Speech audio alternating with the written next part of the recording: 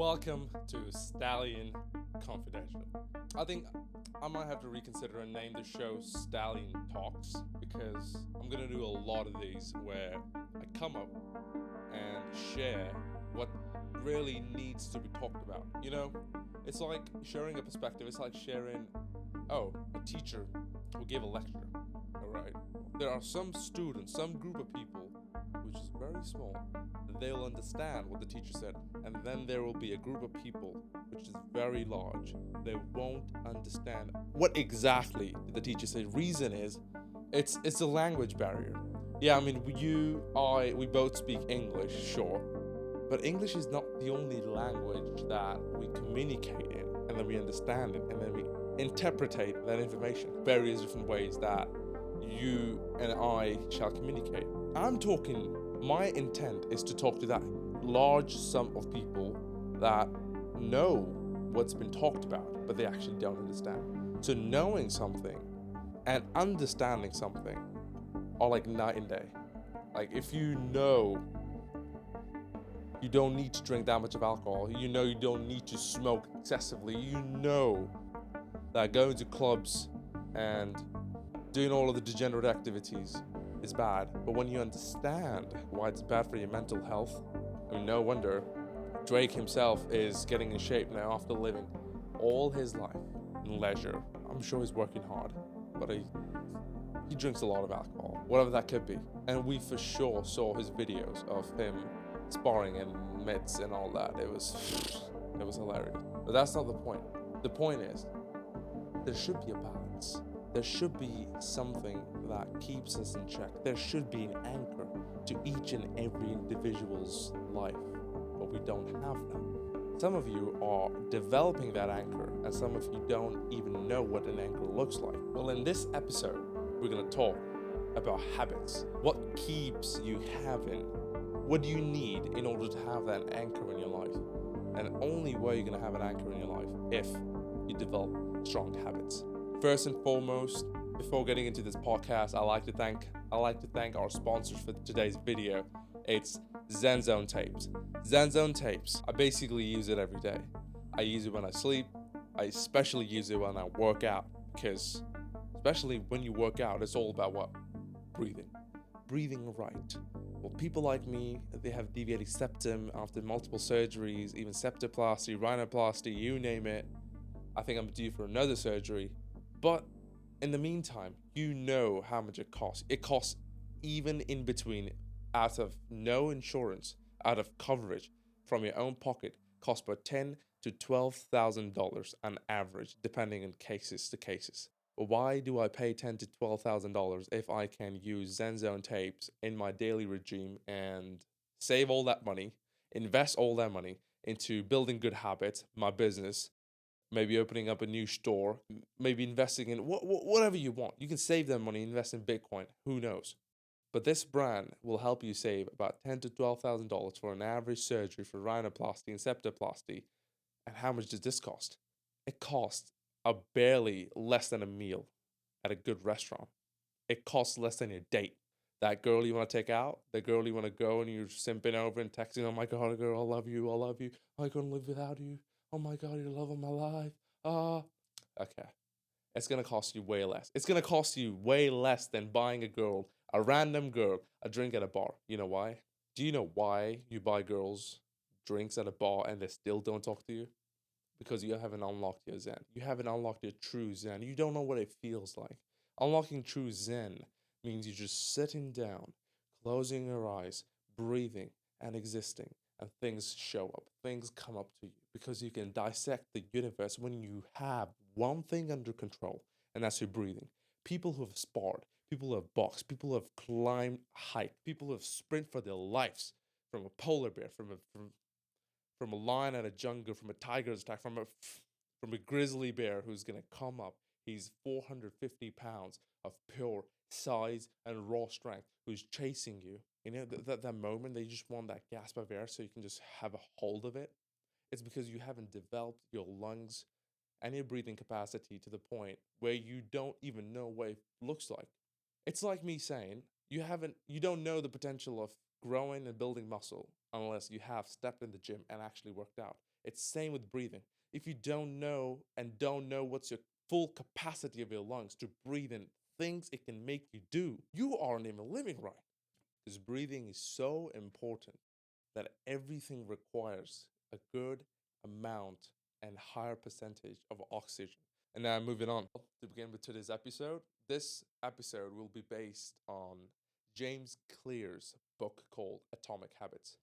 Atomic Habits, it's all about how we are able to understand this book.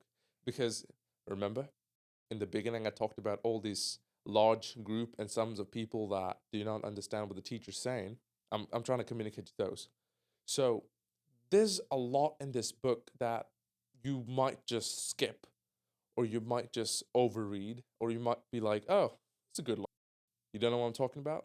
You'll find out today. Stallion found himself in a deep rabbit hole, not lost, but called to reflect on the revelations that didn't just enter his life, they rewired it.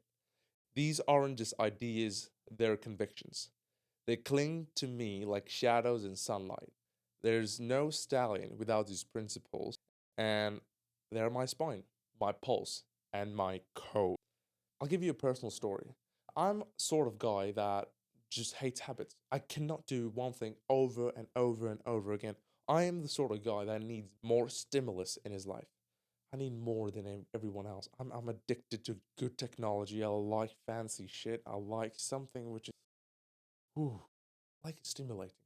I cannot do and cannot do the same thing over and over again. It's just not my nature. How do I build habits? What habits do I build that I don't feel that I'm not doing enough in life? It's just how our energies are wired. I know some people will be like, no, go hard, go. This is you. You're supposed to do this. What if it's in you? You're not supposed to be one person that you see online and be like, hey, he did it by this. Maybe my power lies in that too. Not the exact way you're thinking. You still have to put in the work. I know, deal breaker, right? But I know you have to put in the work. You have to put in the work to the point that you don't feel like it's work. You feel like you're doing something you're supposed to do. It's very different. It's a different concept. We'll get into that later. Segment one, we'll talk about how identity over outcome. Who you are beats what you want. So what does this book says? So this book says, oh, be and have a new identity. Be who you are. Find yourself. Okay. Well, you can find yourself, sure. But what's really finding yourself is maybe you want to start playing piano. Maybe you want to start painting. Maybe you want to start doing interviews. You want to be a podcaster, or you want to make videos, or you want to act. Which one sounds more convincing to you if your friend comes up to you and asks you, hey, are you an actor? Oh, no, I just do it part time. Sometimes, whenever I'm free, I just put a little bit here and there, and that's about it. Instead, because you are conveying a message that you already thought is a part of your identity, that you are a part timer. You do it just because, maybe sometimes here and there. But what if you switch that? What if you say, hey, yes, I'm an actor, or I'm a professional actor who loves acting, and that's a part of me now. Oh, I have so much passion for everything, whatever you want to do, even if it's part time. Rather than saying you do it part time, call yourself what an elite would call himself in that field. Oh, do you play piano? Yes, I'm a professional piano player.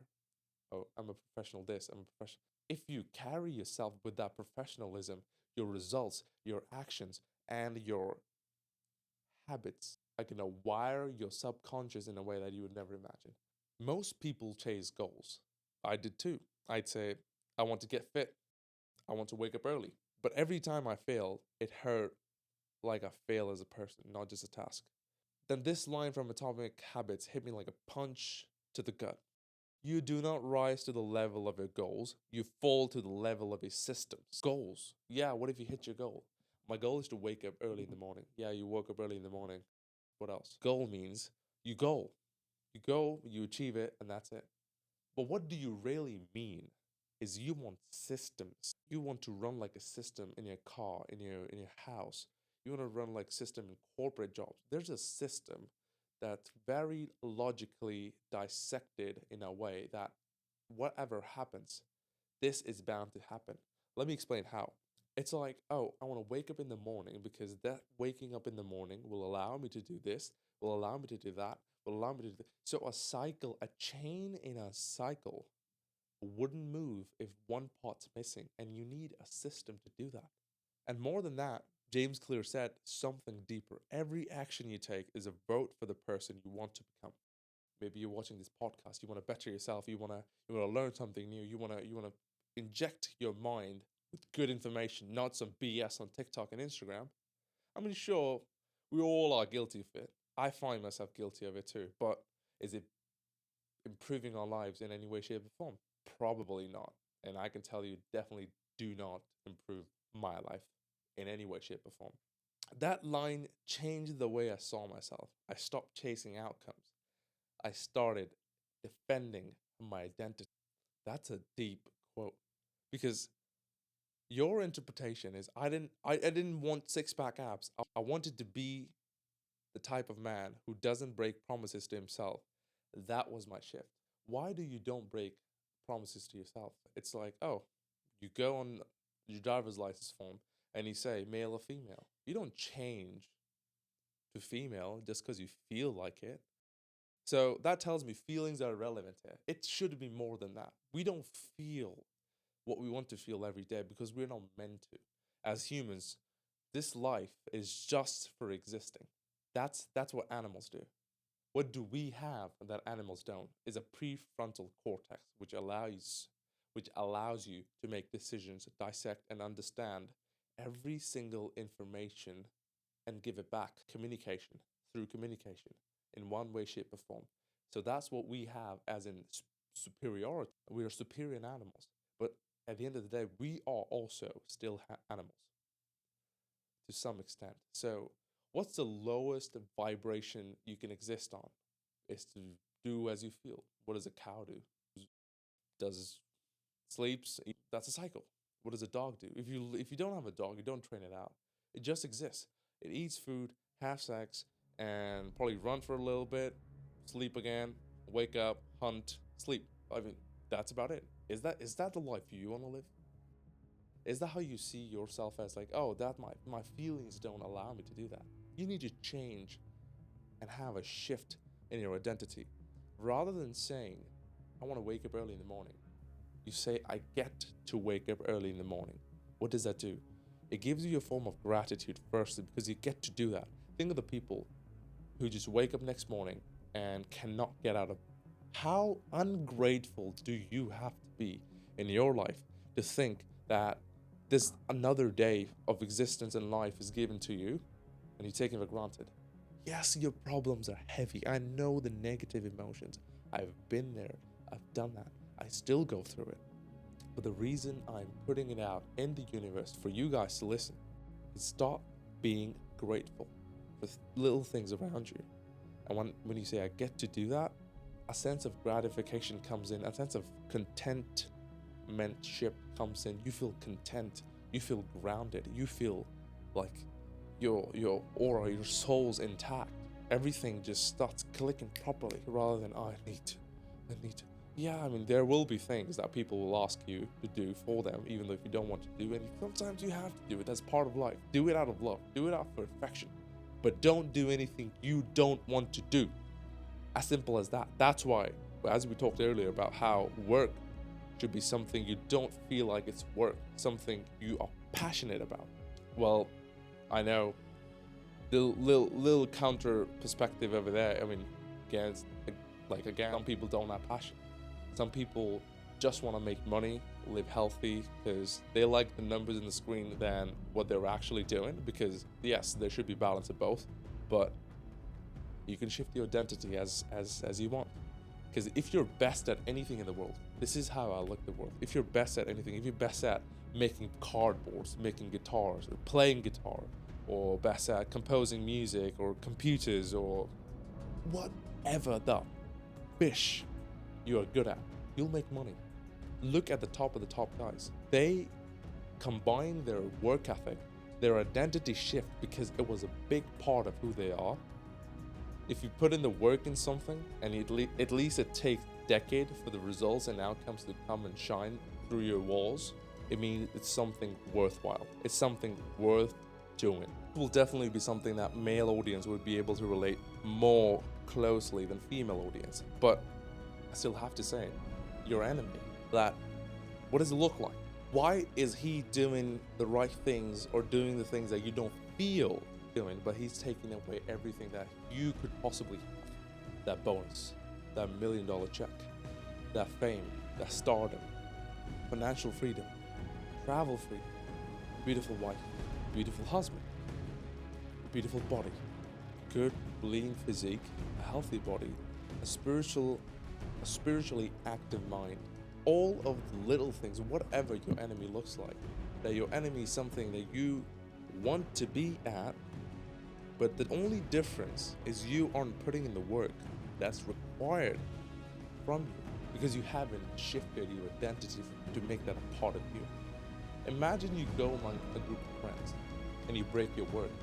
You break what you were supposed to do and you were supposed to be. Who's holding you accountable? No one. You need to hold yourself accountable because we came alone in this world and we'll leave this world sure as hell alone. The reason you want to beat him or her because he has everything you ever wanted. He is less deserving than you. You know that in the back of your head. You know something about you is more, is better, and you just couldn't fathom the fact because there are less deserving people making 1,000 times more money than you all listener, and me including myself. And why is that? And we know we can beat them. We know what we have, they don't. And that's a heart. We have a heart. He's less deserving than you, but yet has things you cannot even fathom. He does everything right while you sleep, rest, eat. He hits the gym when he needs to, not because he just feels like it. Because a person who hits the gym, regardless than the person who don't feel like hitting the gym, will always be in a better shape. I don't make the rules. This is what it is. He does everything he needs to do. No wonder he's in the best shape, and we are not. So maybe what we can do is assess that all that we want or want to have, where we are, where we want to be, is the problem and root cause of things you are worried about. Now, here's a mental exercise. I mean, I do not want you guys to try this out while if you're driving or doing something actively in your lives. But if you're just listening to this podcast or watching this, here's a mental exercise that I want you guys to try out. Now, most of you, I want you to just stop thinking. Just stop thinking about anything, about everything. Don't think about anything. I'll give you 5 seconds. Try to calm and shut your mind down. See what happened. Did you see what happened there for 5 seconds? Now, most of you, when you try to stop your brain from thinking, it was thinking even faster, even harder, even stronger. And now I want you to start thinking about something. Stop thinking about something. Start thinking about the meal you had a week ago. Start thinking about your last or prettiest interaction you had with a woman or a man. Unforgettable moment. Oh, now you see how you have to find it? You have to find something to think about now that you're watching and listening to this. Because now it took you at least a second to come up with it. You still thought of it, but when you tried to stop it, it was like, oh, the whole world's a chaos in your brain. But when you are like, oh, I'm not gonna think, it's fine. I'm gonna shut it off and I'm gonna start thinking about something, what I listen to, you had to look and go in your mind and think about it. It's funny, isn't it? Because, well, all your problems are the results of your thoughts. Your thoughts are mostly living in past or the future, but none of you is living in the present. Think again. All your problems are the results of your thoughts. Your thoughts are mostly living in the past or the future. So every single thing that you thought about or didn't thought about was either in the future or in the past. But where is the present? None of you have ever mentally practiced how to think about the present, how to actually cherish what you have around you, how to actually, it's not like some bullshit spiritual speech that I'm just trying to put out there. But what I mean present is nothing exists in the present but the actual moment itself. Because what if I can say you can overtake your mind with no additional, with nothing in return. Well, let's think about. You go to school, you're taught to write, you're taught to read, you get on the phone, you're taught new features, new car, new ways. It can do some fancy shit. We all know. But what about the machine you're born with? What about something that you have to stick by for the rest of your life? There's there's no, oh, we can replace it with a new one. It's there. I mean, it's there. But the good part, the very positive aspect of that, is you can upgrade that. You can upgrade that at any rate you want. One exercise I personally do and I've achieved success almost 99.99910 most of the time is just breathe and inhale air. A habit of meditation and living in the present where no past and no future exists. When you close your eyes and actually just focus on breathing. Because you're not just breathing, you're breathing consciousness. You stop breathing, your lungs die, your heart die, your brain stops working, everything stops working. And we don't even comprehend that.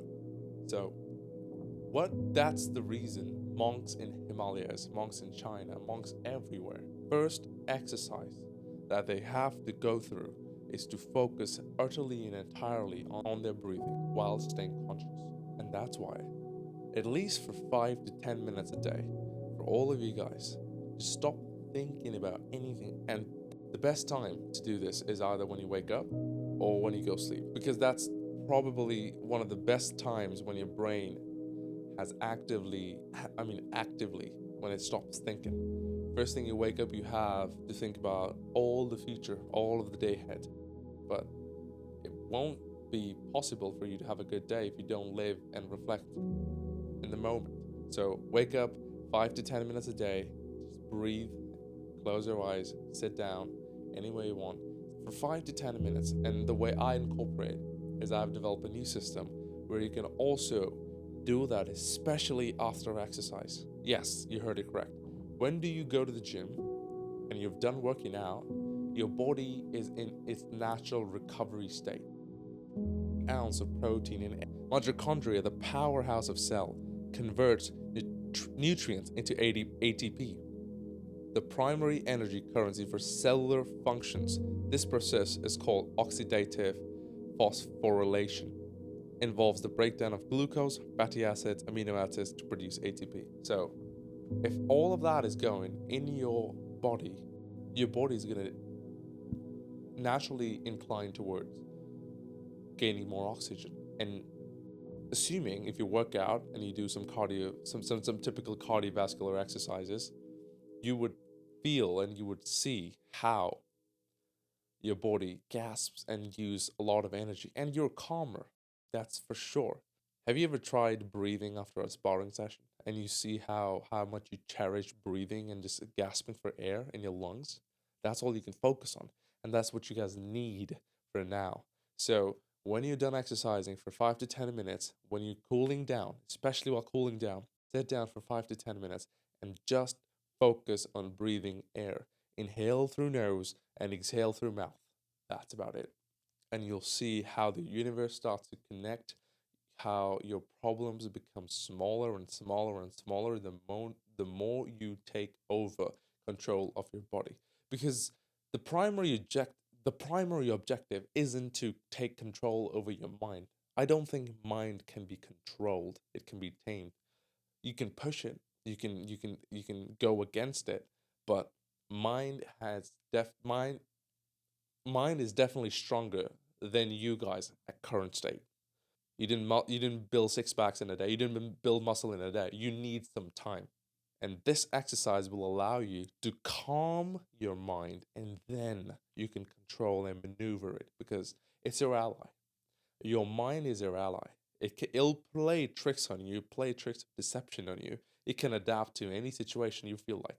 But again, you need to use it and use the tools in your body and the system you have in your favor.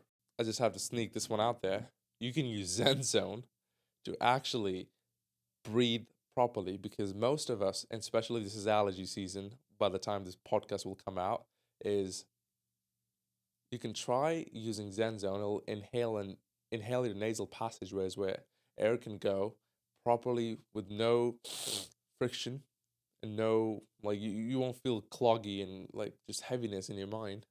And trust me, if you try it, it'll open up. It's just a recommendation. Now, moving on to segment two, the four laws, the new commandments. Well, if you're listening to this and you made it so far, James laid down four laws of behavior change. This is the system behind the Stallion mindset now.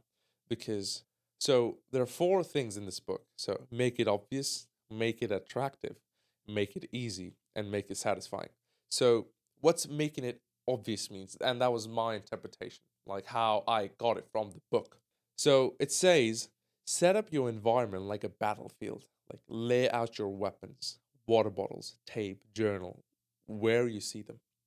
So it's like to generate habit and to let it be a part of your identity so dear to you that it's a big part of you now. Like it's who you are. It's like you breathing. So we need to make it obvious. So one of the things, if you guys are trying to make a new habit of going and hitting the gym 5 to 6 times a week, just make it obvious. Well, scientifically back it up. Scientifically backing it up, it says even researchers suggested that setting specific cues, time and place dramatically increases habit formation. For example, I'll leave my gym bag next to the door. It screams, train now. So what does that mean? That means is, let's say if you wanna start going to the gym and you know you don't feel like it, the work's tough and you're tired, whatever. Mind's gonna play deception games in order for you to take the easiest route out there. But again, as we talked about, whenever you feel that you need to do something and you cannot do it, just calm down and breathe for at least a minute or two so you can dissect the problem rather than feeding into the emotions of it and have control over it. So, for example, if you want to eat properly, if you want to eat nice, if you want to eat particular times of the day, and then you know that you need to do it because that's your fitness goals for whoever's listening, just so you know, have a meal prep ready. Have a meal prep ready all the time. And one of the major things that's helped me more than any of this is setting an alarm. Setting an alarm because we are surrounded by our phones 24/7. There's not a day that I don't wake up and I haven't seen my phone. And we go through our phone, check emails, reply to text messages, scroll on Instagram, whatever. But if we have a set of systems that I wake up at this time, that's done. That's part of my identity now. I'm an early riser, or I'm a night walker. I'm kidding. I'm a night owl. Whatever that is, you need to eat. You need to do certain things at a certain time. You need to drink adequate amount of water. Set a system, an alarm on your phone, reminding you each and every periods of time that this is a task that you need to perform and make it obvious. And it will scream without even realizing at one point that you are on autopilot. You're just cruising and you don't even realize it. And at one point, before you know, you're there. You're fucking killing it. What's second? Make it attractive. Stack the habit with something enjoyable. Meditate with candle and read while sipping a cold brew. So this is very interesting to me because I was researching this and I found how cue anticipation triggers dopamine release. Same spike addicts get before sex. So if I say make it attractive, what's the major indication of like, oh, it's about to be smooth, it's about to be spicy, it's about to be attractive? Well, if for having an intercourse with your partner, well, you start kissing, and that directs your brain into some dopamine that lies ahead of this action. This. Bear with me for a moment. I know it's, and with few things you can make it attractive so you feel like your dopamine is being released. Because one of the major things that social media has destroyed the society with is dopamine receptors. We are so addicted to scrolling each and every day that we don't realize how it's messing with our dopamine receptors. Because we need dopamine, we feel shitty, we just start scrolling, and we have this machine that drains the life and sucks the life out of us, especially for all these influencers. because they live on their phone and they make money on their phone, they sleep with their phones. Like, there's no balance. But getting back to it, you need to make it attractive. So, for example, let's say I want to learn a guitar.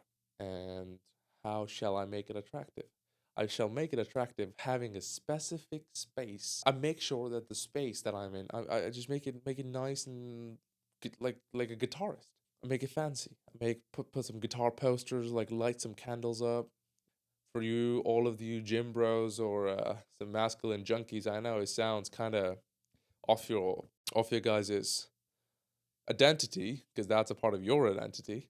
Also, one of the examples that you can implement in your life, that if you and your partner are trying to work on a relationship, make sure the space is well lit up, it's clean, it's especially for that task, whatever you're trying to accomplish.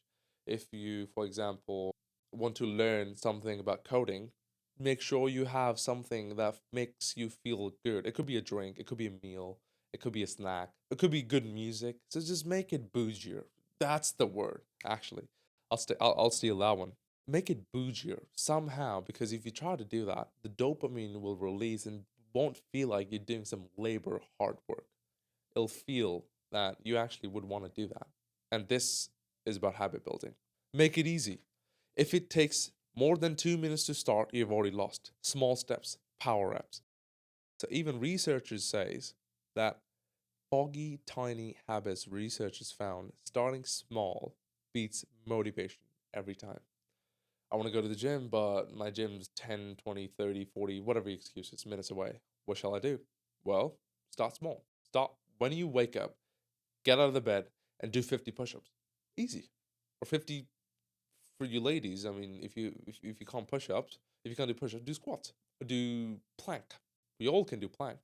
And if you cannot do, then you seriously need to go to the gym. Stop listening to this podcast and go to the gym. Please do me and yourself a good favor. And last and foremost, it's make it satisfying.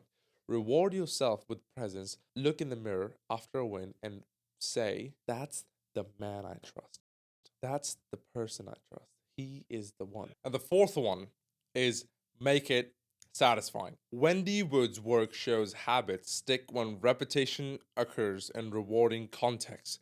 So there was a study done by a scientist named Wendy Works, Wendy Woods, where 40% of daily action is habitual.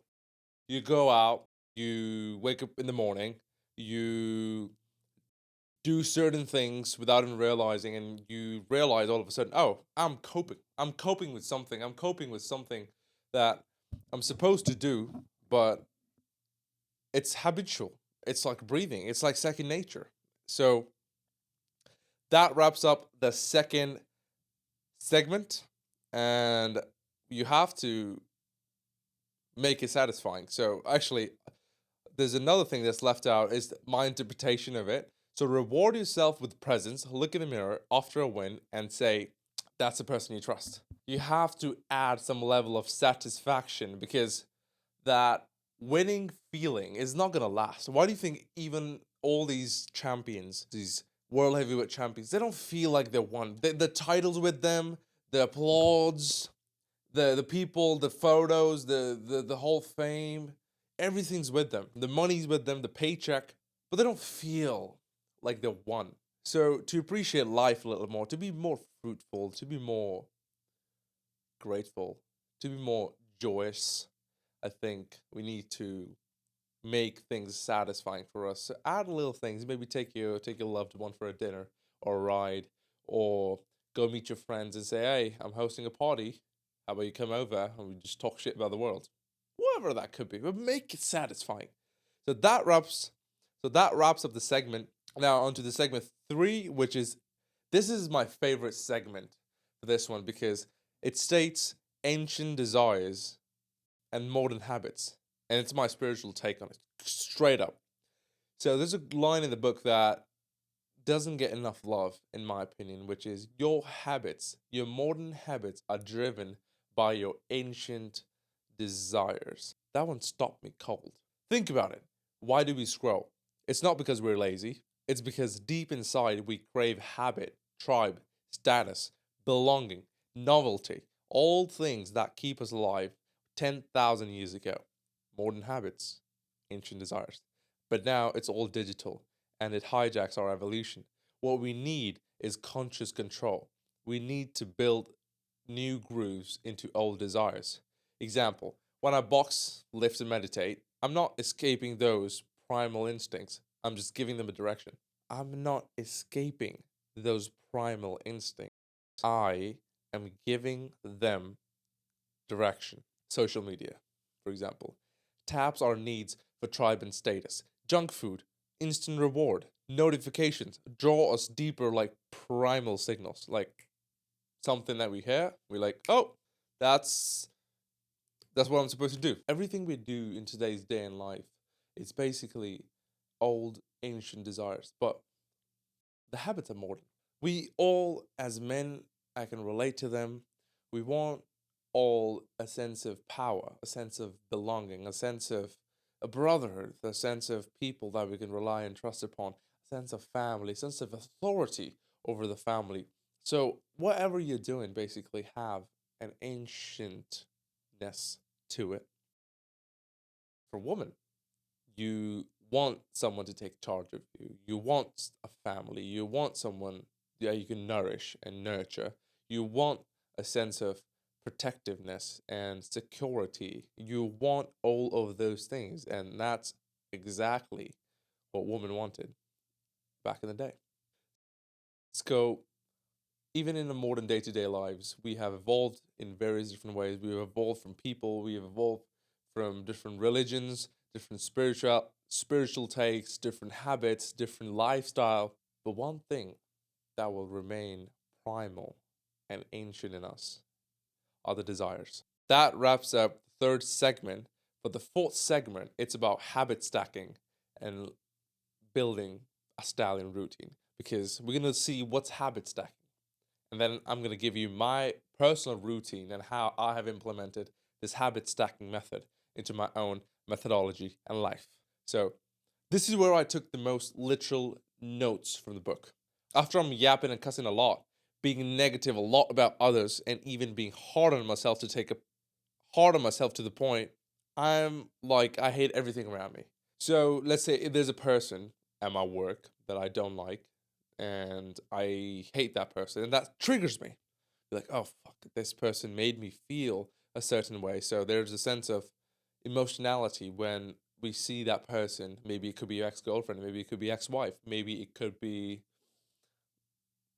a place that you went to, maybe it could be a certain drink, certain food, maybe it could be certain words, anything that could trigger you, and it would change your sense of direction and sense of purpose throughout the day, just like that. And it's normal, guys.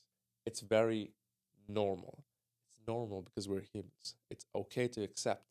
We cannot be rock. We cannot be a wall. We cannot be a mountain that just doesn't move, is unfathomed or unshakable. We can pretend and put on a persona as hard as we can, but at the end of the day, we are still humans. And that does not mean act on your emotions. Feel them and direct them into a good place. Emotions are there for you to feel and understand and reflect life. And this reflection made me realize that anything that triggers me in a negative way and makes my whole day go bad, and I'm negative about every single thing. I'm talking shit about someone at work. I'm talking shit about, oh, what my girl did. I'm talking shit about what my brother did, my mom did. I'm talking shit about anything, the life. Talking about shit about, oh, how my life is miserable, how people had it better. Yes, they did. That's a fact. But there's nothing else you can do but say that and get sympathy in return from whoever you're talking to. But how does that help your problem? You need to vent out. Okay. There's no point of venting it out.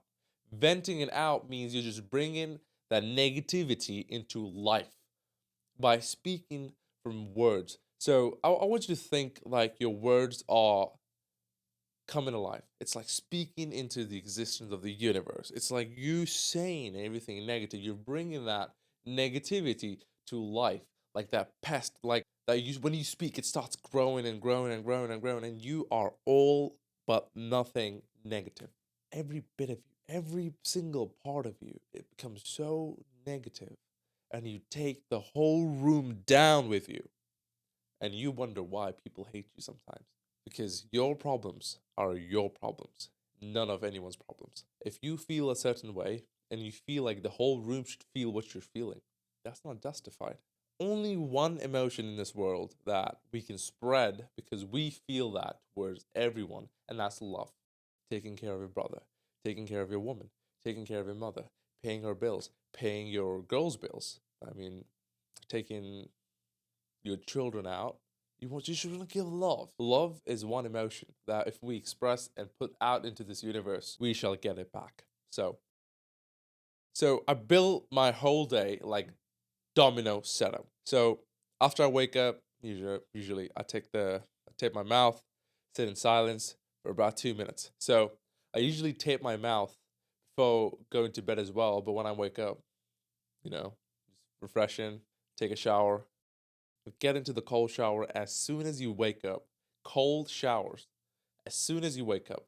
I don't know about anything. Maybe you think it doesn't work for you, sure as hell, but I'm just putting it out there because it worked for me. Go out in cold showers first thing in the morning. It will replace your coffee for the first few hours of the day and give you a sense of lightness. A lot that you have to do for the day. It'll make you feel like instant ready, just everything just clicking by. So I wake up, I do my normal routine, whatever. I tape my mouth and sit in silence for 2 minutes.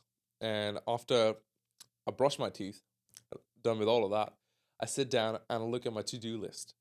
What's my task list? What's the things I need to do, things I need to accomplish in order of priorities? And then I train. I go to the gym because I know I need to get the thing that I hate beginning of the day. But guess what? I already did all of the care that I need to take of this body, this vessel, which is again yours to take care of and push it through. Because the stronger the body, the stronger the mind. Took care of that. I reflected. I sat in silence. Well, before the world comes out and takes everything from me, I need to sit in silence and reflect. I did that too. I meditated for 5 to 10 minutes. Simple as that. That's something, it's not a routine for me, it's a ritual at this point because rituals builds characters. Here you have to add on to and factor things like it's like having a car have four wheels, four segments. Habit stacking is one of the major things that you need to focus on because the car cannot go, which is you're the car, your life's the vehicle. You're you're the car and you cannot move into a right direction if you don't have four pillars set for you. Four things. It could be any four things. So we need to look at principles of what did I actually did with those four things. Firstly, I sat in silence and meditated. So I recollected my thoughts. The spiritual pillar. The second thing, when I get done brushing my teeth, I'll look at my to-do list. So I know what lies ahead of me. I go take a cold shower, and then I'm ready for training. When I'm ready for training, I need to work on the vessel so I can be stronger in the body and stronger in the mind. So those are my four habit stacking activities that I do as a rituals. Like that's a part of me. I just cannot live without. So it's like you've got four wheels, you lose one, you're dragging, basically. And when you drag through life, you're like, oh, everything's chaos, messy, foggy, etc., etc. Who cares? But, and that sums up segment 4 that you should have at least 4 pillars for habit stacking in the morning when you wake up. And there's no exceptions to this rule. I know that in my head, I've programmed myself to believe that there's no life, my life, there's no improvement without these habits. Whatever that could be. Whatever that could be, you don't know. Could be spending time with the kids, so on and so forth. We don't know. But that's a part of you now. And there's nothing about motivation. It's just about sheer habits that serves your purpose. And that wraps up today's episode, guys. Thank you for watching and listening to this. I hope, if not much information, I was at least able to transform one person's life. And I would really expect my listeners to go out and habit stack and make a habit of how you can actually become a better person. My whole intent for this episode was to inform my listeners that there's always a way that we can become better. And I'd like to inspire you guys with examples, those that have helped me, and I would like to give back in return. to all of you guys. So thank you very much for listening and watching. This is Stallion, and I'll see you in the next one.